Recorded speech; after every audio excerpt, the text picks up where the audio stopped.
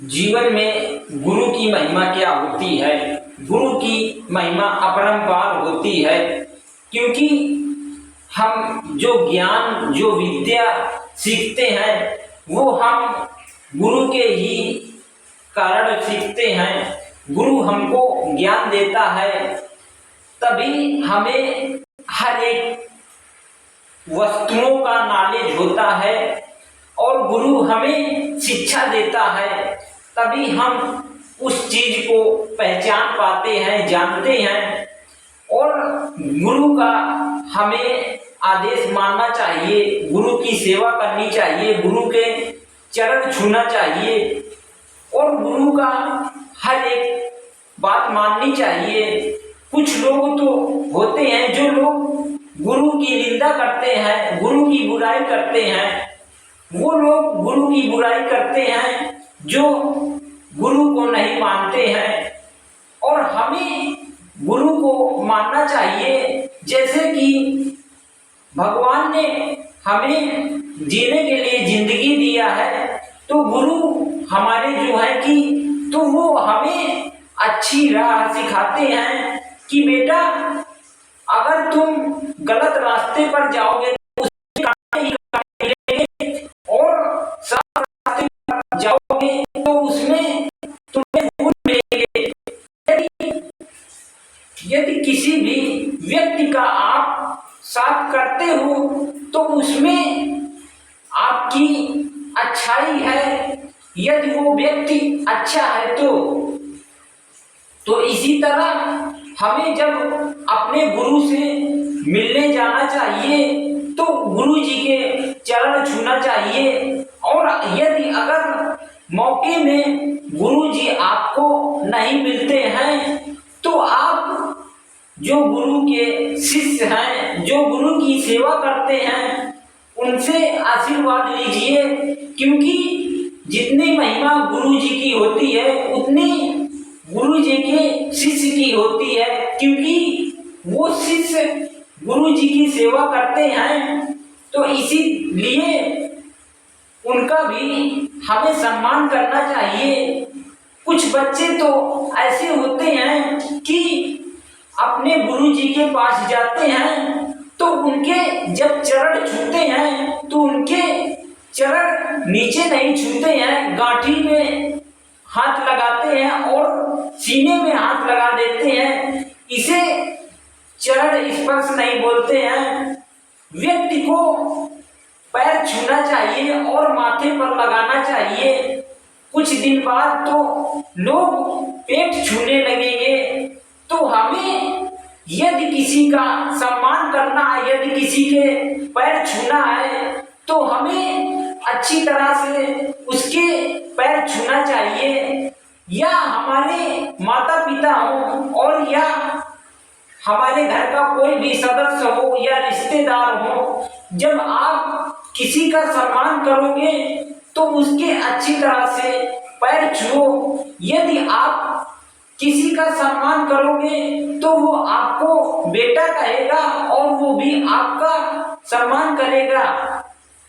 एक छोटी सी कथा, छोटी सी कहानी है कि किसी गांव में एक लड़का रहता था। तो उसका पिता बोला कि बेटा अब तुम्हारी शादी, तुम शादी के योग्य हो गए हो, तुम्हारी शादी करा देना चाहिए, क्योंकि तुम्हारी 25 साल की उम्र हो गई है। तो वो बेटा बोलता है कि पिताजी मैं शादी नहीं करूंगा। तो वो पिता काफी नाराज हो गया और अपने बेटे से बोला कि बेटा तुम शादी क्यों नहीं करना चाहते हो, तुम्हें शादी करना ही पड़ेगा। वो बच्चा बोला कि पिताजी मैं शादी करूंगा ही नहीं, क्योंकि आपने भी शादी किया है तो क्या कर लिया है। तो उस पिता ने बोला कि बेटा यदि अगर तुम शादी नहीं करोगे तो हमारा वंश कैसे चलेगा। तो वो बच्चा बोलता है कि पिताजी वंश चले या ना चले, लेकिन मैं शादी नहीं करूंगा। तो वो उस लड़के का पिता अपनी पत्नी से बोलता है कि जाओ और जाकर के इसे समझाना शाम को कि बेटा शादी कर लो। यदि अगर तुम शादी नहीं करोगे तो परिवार कैसे चलेगा। तो उस बच्चे की माँ बोलती है कि बेटा शादी कर लो। तो वो बेटा बोलता है कि माता जी मैंने पिताजी से बता दिया है कि मैं शादी कभी नहीं करूँगा, मैं ऐसे ही रहूँगा। तो जब सुबह हुई तो सुबह वो पिता अपने बेटे को बुलाता है और बोलता है बेटा शादी की कुछ बात हुई क्या, तुम तैयार हो गए हो शादी के लिए। तो वो बेटा बोलता है कि पिताजी मैंने आपसे एक बार नहीं 1000 बार बोल दिया है कि पिताजी मैं शादी नहीं करूँगा, मैं कभी नहीं करूँगा। तो उस पिता को गुस्सा लग आई और उस पिता ने अपने बच्चे के एक थप्पड़ मार दिया। तो उस बच्चे ने बोला कि पिताजी यदि आप मेरी शादी करवाना ही चाहते हो तो ये सामने मकान में जो लड़की रहती है इसी से मैं शादी करूँगा। तो बच्चा बोलता है कि ऐसा बोलता है कि पिताजी मैं इसी लड़की से शादी करूँगा। वो पिता बोलता है कि बेटा तुम इससे शादी नहीं कर सकते हो।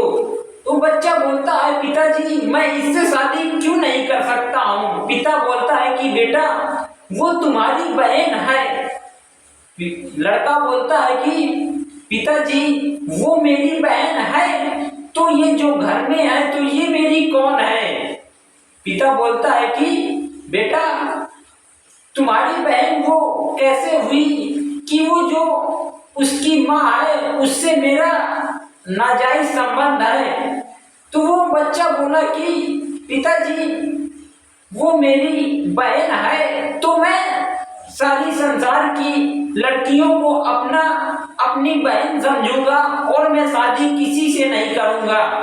तो वो लड़का घर आ जाता है वापस और उसकी माँ जब बोलती है कि बेटा शादी करने के लिए आप तैयार हो गए हो। तो वो बेटा बोलता है कि माता जी वो जो सामने लड़की रहती है उसी से मैंने पिताजी से बोला था कि मैं उसी से शादी करूंगा, लेकिन पिताजी बोलते हैं कि वो तुम्हारी बहन है। वो मेरी बहन कैसे हुई, बहन तो मेरी घर में है।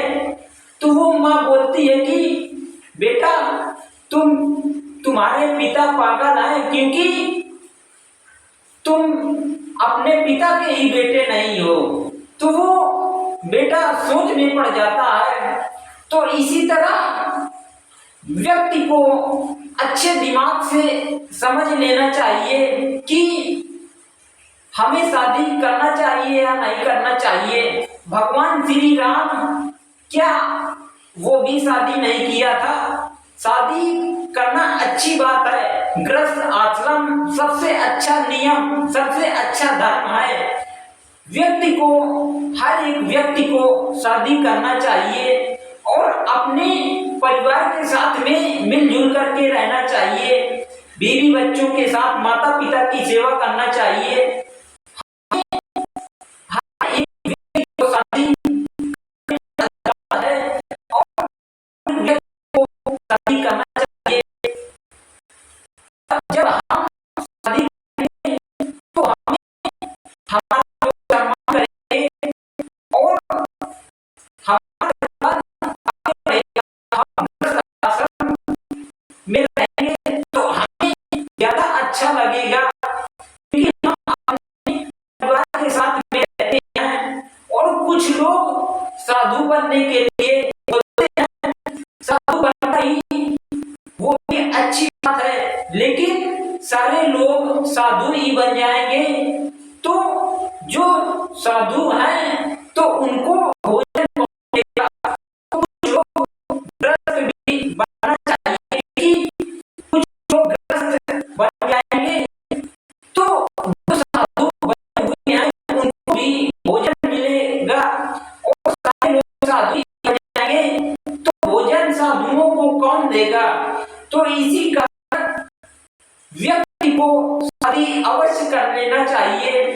जिसका मन हृदय शांत होता है तो वो व्यक्ति अपने मन से समझ लेता है कि मुझे क्या करना चाहिए और क्या नहीं करना चाहिए, जो व्यक्ति दिमाग लगा लेता है तो वो व्यक्ति अपने आप समझ जाता है कि हमें क्या करना चाहिए और क्या नहीं करना चाहिए।